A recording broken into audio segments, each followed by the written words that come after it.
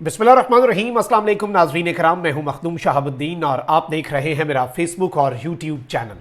उम्मीद करता हूं आप सब लोग बखैर वाफियत होंगे और जहां भी होंगे अपने अहले खाना समेत खुश भी होंगे और महफूज भी।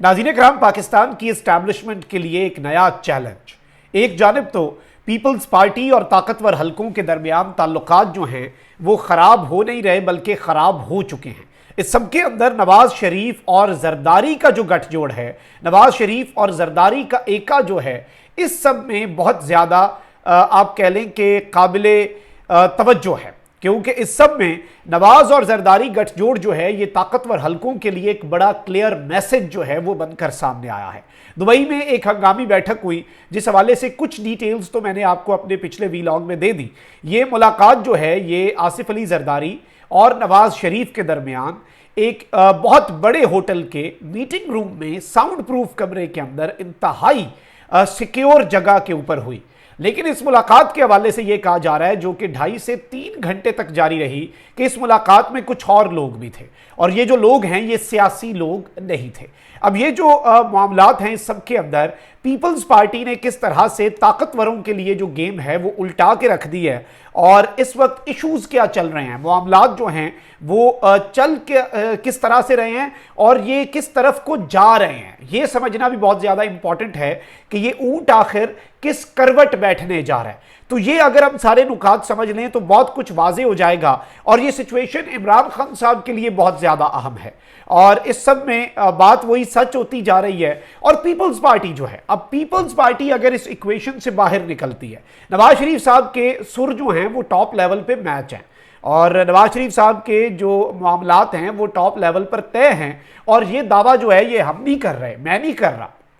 ये दावा नवाज शरीफ साहब के साथ जो करीब सहाफ़ी हैं या नवाज शरीफ साहब के जो तर्जुमान सहाफ़ी हैं वो कर रहे हैं। और यहां तक बातें रिपोर्ट हुई और मैं इनसाइड डिटेल्स जब मीटिंग की आपके सामने रखूंगा। एक तो जरदारी साहब ने एस्टैब्लिशमेंट का एक प्लान जो है वो नाकाम बनाया है और इस हवाले से जरदारी साहब के ऊपर जो चीज़ें आ रही हैं वो भी बड़ी वाज़ेह हैं, बड़ी क्लियर हैं और इसमें इम्पॉर्टेंट जो है वो ये है कि ये इमरान खान साहब का कहा जो है वो भी अब 100% दुरुस्त साबित होता जा रहा है हर गुजरते लम्हे। और अब तक का सबसे बड़ा चैलेंज जो है वो एस्टैब्लिशमेंट को किस तरह से दरपेश है उसे भी डिस्कस कर लेते हैं एक एक करके। सबसे पहले नाज़रीन इकराम, आसिफ अली जरदारी साहब को ताकतवर हलकों के ऊपर बहुत से कंसर्न्स हैं। आसिफ अली जरदारी साहब को एक्सपेक्टेशंस बहुत ज़्यादा थी। पिछले साल जब इमरान खान साहब की हुकूमत का तख्ता उल्टा गया तो उसके बाद ये परसेप्शन भी बनी और इसमें हकीकत भी थी कि जो पिछली इस्टेब्लिशमेंट है या फिर स्पेसिफिकली जनरल कमर जावेद बाजवा जो हैं या बाजवा डॉक्ट्राइन जो है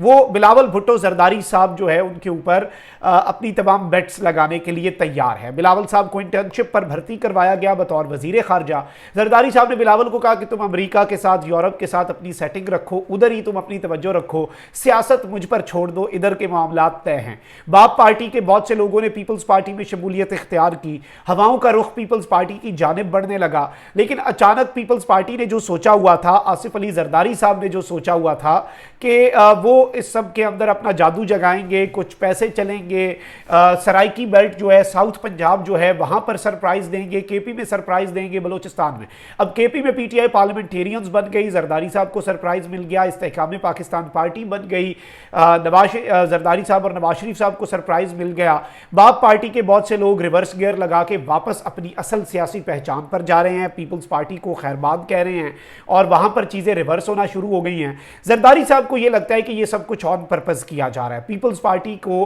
गिराने के लिए, और नवाज शरीफ साहब जो हैं उनकी डायरेक्ट सेटिंग हो गई हुई है। इसलिए जरदारी साहब अब जो जमहूरियत वाला जो एक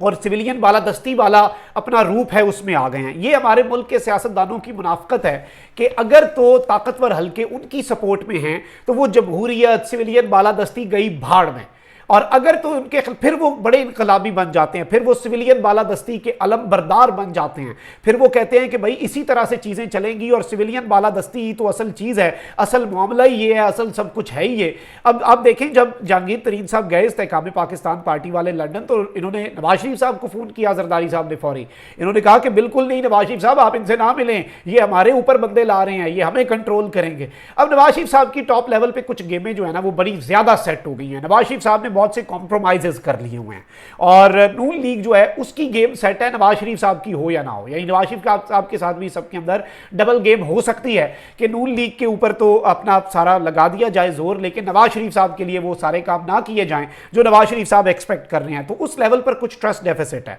अब ये जो मीटिंग हुई है बंद कमरे में 2.5 से 3 घंटे ये मीटिंग जारी रही है। इस मीटिंग में एक तो नवाज शरीफ साहब ने अपनी कुछ अचीवमेंट्स बताई कि मेरी सऊदी अरब, यूएई, कतर की हुकूमतों के साथ प्राइवेट लेवल पर बहुत सी बातें हो गई हुई हैं, डील्स हो गई हुई हैं और प्राइवेटली और इस सब के अंदर ताकतवर हल्के और ताकतवर शख्सियात भी ऑन बोर्ड हैं कि वो पाकिस्तान के अंदर बहुत ज्यादा सरमायाकारी करेंगे अगर नवाज शरीफ साहब जो हैं वो वापस आ गए। और इसी चीज को तो देखें, आपने कुछ तो बुनियाद बनाना है ना, आपने सेल तो करना है नवाज शरीफ, आपने ताकतवरों ने भी सेल करना है, किसी ने तो करना है, तो उसके लिए कुछ तो उन्हें परसेप्शन दिखाना पड़ना था। अब ये खबर नून लीग के साफी दे रहे हैं कि जी सऊदी अरब ने नवाज शरीफ साहब की जात के साथ, नवाज शरीफ की शक्ल पे उन्होंने ये एग्रीमेंट्स कर लिए हैं कि अब अरबों डॉलर पाकिस्तान के ऊपर निछावर कर देंगे और सहाफियों का एक टोला जो है वो नैरेटिव बिल्डिंग के लिए ऑलरेडी लॉन्च जो है वो कर दिया गया हुआ है। तो इन सारी चीज़ों को अगर हम ऑब्जर्व करें तो मुझे लगता है कि समझना कोई ज़्यादा मुश्किल नहीं होगा कि गेम क्या पड़ने वाली है और सूरत हाल जो है वो होगी किस तरह का रुख इख्तियार करेगी।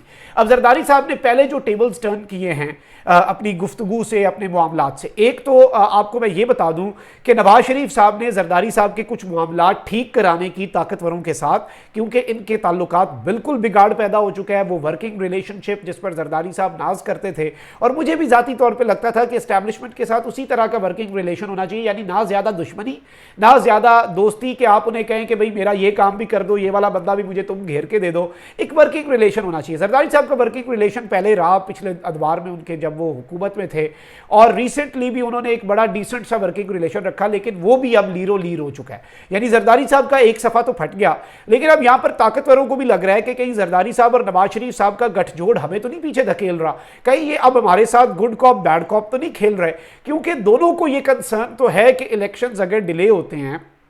और नवाज शरीफ साहब को भी ट्रस्ट डेफिसिट है कि नवाज शरीफ साहब को लगता है कि सागडार साहब का जो नाम था बतौर निगरान वजीर आजम, वो जब डन हो गया था और उसमें मुबैना तौर पे जो इनके अपने साफ़ी, इनके अपने करीबी लोग रिपोर्ट कर रहे हैं कि एस्टैब्लिशमेंट ने भी ओके कर दी हुई थी, तो फिर ये खबर किसने दी? और खबर आने का मतलब ये होता है कि आप उस बंदे के नाम पे कांटा लगवा दें। मतलब आप निगरान वजीर आजम, अभी मैं कह दूं ना फलाना बन रहा है, वो बन भी रहा हुआ तो इतने उसके मुखालिफ और इतनी उसके कट्टे खुल जाएंगे कि वो कैंसिल हो जाएगा सीन। अब इसहाक डार साहब के नाम पर इतना बड़ा कांटा लग गया जो लग ही नहीं सकता था। तो इसके अंदर नवाज शरीफ साहब को लगता है कि इन्होंने तो डबल गेम नहीं की कि यानी मुझे हामी भर दी लेकिन खबर निकलवा दी और खबर में ये भी निकलवा दी। तो ये सारे सवालात अपनी जगह पर खड़े हैं और ये सारे सवालात बहुत ज़्यादा मानी खेज हैं। लेकिन आप देखें कि अब जो पार्लियामेंट में कानून साजी हुई है, इलेक्शन एक्ट में तरमीम हुई है, उसमें जो लामहदूद इख्तियारात वो ना देने का फैसला जो हुआ है निगरान हुकूमत को। और यहाँ पर मैं आपको ये भी बता दूँ कि इसहाक डार साहब पीपल्स पार्टी जो है उसे ना तो कबूल हैं इन द फॉर्म ऑफ निगरान वजीर आजम, और ना ही पीपल्स पार्टी को काबिल कबूल हैं अब in the form of care taker finance minister. Although वो ये चाहते हैं कि एक तगड़ा नाम, ताकतवर नाम मईशत चलाने वाला वो होना चाहिए। तो बहुत सी चीज़ें हैं, सबका एक दूसरे पे ट्रस्ट डेफिसिट है। लेकिन निगरान हुकूमत वाले मामले के अंदर इख्तियारात को कुछ एनहांस किया गया, लेकिन वो जो अनलिमिटेड पावर्स देने का मामला था उसमें गेम उल्टा दी पीपल्स पार्टी ने और नवाज शरीफ साहब ने ताकतवरों की। और ताकतवरों को इसमें अपेरेंटली एक सरप्राइज दिया गया कि आपका अगर कोई प्लान था भी, आपका आगे चल के अगर निगरान सेटअप को एक्सटेंड करने का प्लान भी बनता, तो उस प्लान के ऊपर कांटा लगा दिया निगरान हुकूमत को लिमिटेड पावर्स देके। यानी निगरान हुकूमत को यह मैंडेट दिया गया है कि जो ऑलरेडी डील्स हैं उनके ऊपर वो गुफ्तगू शनीद कर सकते हैं इंटरनेशनल ऑर्गेनाइजेशंस के साथ, लेकिन निगरान हुकूमतें खुद कोई नई लुच नहीं बीच में डाल सकती और निगरान हुकूमतें खुद कोई बहुत बड़ा इकदाम नहीं उठा सकती। तो नवाज शरीफ साहब शुरू में इस पर रिलक्टेंट थे, कॉन्टिन्यूटी, इकोनॉमिक और इन सारी चीज़ों का। अलबत्ता आप देखें कि मुल्कों के अंदर निगरान हुकूमत, फिर निगरान हुकूमत का कॉन्सेप्ट ही ख़त्म कर देना कि अगर इतनी जो कॉन्टिन्यूटी चाहिए इकोनॉमिक मामलात के अंदर, तो ये सारी चीज़ें थी। लेकिन अब एक चीज़ बड़ी वाज़ेह है कि ट्रस्ट डेफिसिट जो है वो बहुत ज़्यादा बढ़ गया है। ताकतवरों को यूं भी लग रहा है और उन्हें कभी कभी बीच में यूं भी लगता है, ऑल्दो नवाज शरीफ साहब जरदारी साहब के कुछ मामलात तय करवा रहे हैं, जरदारी साहब जो हैं वो इस्टेब्लिश, और इस सब के अंदर इवन आप देखें कि पीपल्स पार्टी जो है वो पीटीआई को मिस कॉलें देती है। ये मिस कॉलें क्लियर मैसेज है एस्टैब्लिशमेंट को कि कहीं peoples party, Jamaat Islami, PTI, इनका एक अलग ना कुछ नया नया बन जाए सेटअप और ये इत्तेहाद ना भी बने, लेकिन ये इस सिस्टम के लिए जो हम लाना चाह रहे हैं या फिर जो एक निज़ाम लाना चाह रहे हैं उस निज़ाम के ख़िलाफ़ ये अपनी अपनी जगह पर अगर खड़े हो गए और पीटीआई की हम आवाज़ अगर कोई और एक बड़ी जमात बन गई, फिर प्रॉब्लम ज़्यादा हो जाएंगी, क्योंकि इस वक्त सारा फोकस सिर्फ पीटीआई को ख़त्म करने पर लगाया गया। पीपल्स पार्टी अगर यहाँ पर खड़ी हो जाती है तो वो बहुत बड़ा सरप्राइज़ होगा। अलबत्ता एक चीज़ बड़ी वाज़ेह है और कहा यह जा रहा है कि नवाज शरीफ साहब और जरदारी साहब ने यह फैसला किया है कि ताकतवर जो हैं उनके लिए, जो आपके मुल्क के ताकतवर हल्के हैं, उन्हें किसी भी सूरत जो इख्तियार है वो उस तरह से हमने नहीं देने देना। मतलब हमने मामलात जो हैं वो सियासतदानों के हाथ में रखने हैं और हमने मुकम्मल तौर पे वो सब कुछ नहीं करना। और तारीख गवाह जब जब ऐसा हुआ है या जब जब किसी ने ऐसी ख्वाहिश की है उस वक्त नॉर्मली ये होता है कि जो वन पेज है उस पर उसे भी बहुत ज्यादा नुकसान पहुंचता है। जरदारी साहब का वन पेज तो ऑलरेडी आपको पता है कि दबड़दूस हो चुका है। इमरान खान साहब पहले ये बात कर चुके थे। खान साहब का कहा 100% दुरुस्त कैसे साबित हुआ, वो कहते थे कि ये सब आपस में लड़ेंगे और मैं तो पिछले 2 महीने से लगा हुआ हूं आपके सामने ये चीजें रखने। अब ये जो एक इंतहाई हाई लेवल मीटिंग है और इस मीटिंग के कुछ मंदरजात अब जराए से खबर आ जाती है बाहर, लेकिन इन मीटिंग्स के कुछ मंदरजात जरदारी साहब और नवाज शरीफ साहब ने अपनी पार्टी की सीनियर लीडरशिप को भी नहीं बताए। इतनी खुफिया मीटिंग्स हो रही हैं इस वक्त दुबई के अंदर और ये जो 2.5 से 3 घंटे वाली मीटिंग है ये गेम चेंजर है। अब इसमें कुछ भी हो सकता है, आउटकम कुछ भी हो सकती है, किसी का पहले मीटर घूमने की देर है और let's see how things unfold. मामला कहां पर जाकर रुकता है, सूरत हाल क्या रुख इख्तियार करती है, लेकिन अभी तक जो समझ आ रही है all is not well. Let me tell you, all is not well and one page no more exists. People's Party का तो खुल्लम खुल्ला और पीएमएलएन का भी अंदर खाते वन पेज जो है वो ट्रस्ट डेफिसिट की वजह से अच्छा खासा लीरो लीर जो है वो हुआ है और उसमें बहुत ज़्यादा जो प्रॉब्लम्स हैं वो इस वक्त बनी हुई हैं पीपल्स पार्टी के लिए भी और नून लीग के लिए भी और ताकतवरों के लिए भी एक बहुत बड़ा चैलेंज है कि अब अगर इसमें फिर और ऑप्शन क्या बच जाता है। और इलेक्शंस में जैसे आबिद मीर साहब ने कहा कि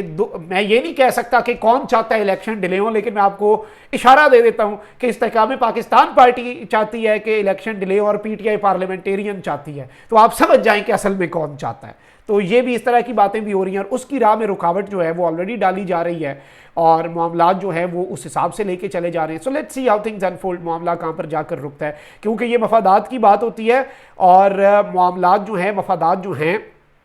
वो इकट्ठा भी कर देते हैं। मफादात जब एक इमरान खान कॉमन एनिमी और जब अपने अपने पैसे बचाने हुए पीटीआई के खिलाफ चाहे पीपल्स पार्टी या नून लीग ये फिर से कुछ नया सरप्राइज दे दें, ये कोई काबिल एतबार लोग तो नहीं है, लेकिन अभी तक की ये सिचुएशन थी जो आपके सामने रखना ज़रूरी थी। अपना बहुत ख्याल रखें। अल्लाह निगहबान। पाकिस्तान जिंदाबाद।